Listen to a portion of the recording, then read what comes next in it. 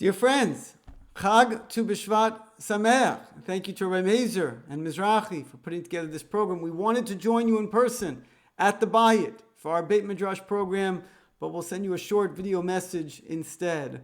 First of all, today is the perfect day for Tu B'Shvat. I cannot think of a better opportunity to celebrate Tu B'Shvat than in 2 feet of snow. And in fact, I put on this very beautiful yellow sweater for Tu B'Shvat and for the occasion. And the reason you'll see shortly. First of all, the Gemara asks in Rosh Hashanah, why is it that we celebrate Tu B'Shvat on the 15th day of Shvat? It seems like such an incredibly odd day to celebrate Tu B'Shvat. And the Gemara answers, Amar Rabbi Lazar, Amar Rabbi Lai, Amar Rabbi Oshia, Af al pi sherov tkufa mibachutz, hayal v'yotzu rov gishmei shana.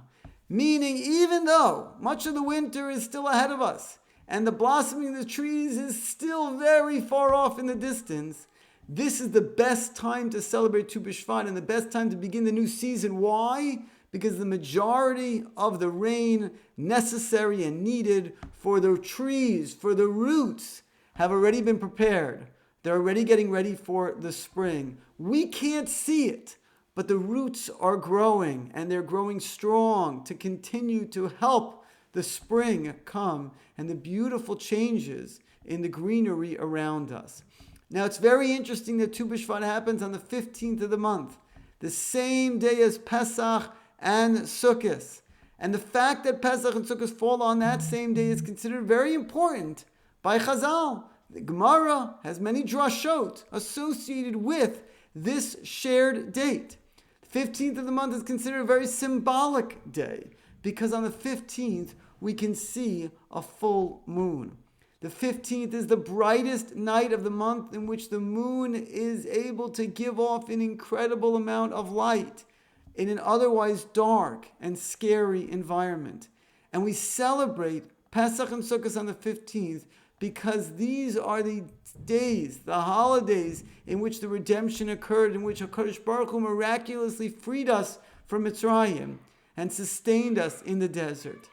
And every year we look at these events with the benefit of hindsight. We remember these great miracles. We appreciate the hand of HaKadosh Baruch Hu that guided us and directed us. The 15th was chosen because the 15th represents clarity, light, in otherwise dark times. And Tu B'Shvat is no different. Tu B'Shvat is celebrated in the dead of the winter. Today, you can't pick a better day. 2 feet of snow. It's amazing. Who could think about trees? But that's what the Jewish people have to do. The Jewish people have to look at the roots. They have to look at what's behind. They have to look at what's beneath the surface. They have to look at that which they can't see, that's growing, that's building, that's developing within the ground and within each of us.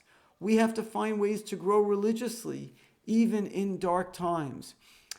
Tu B'Shvat is a day in which we recognize that potential can't always be seen. I wore this yellow sweater because I'm excited for spring, because I'm excited for what the spring will bring, and this yellow sweater represents to me a sense of color, and color that exists in the holiday of Tu B'Shvat because we see what still is yet to come. COVID has created many dark times for us.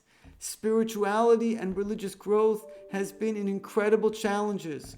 Shuls, schools, they haven't been able to do what they want to do. You see, tonight we're supposed to have a special program, and even the program we were supposed to have was not going to be the same as it would have been in a non-COVID year. It's hard to go to shul. It's hard to have Shabbatons. It's hard to have tishes. It's hard to be with our Rebbeim.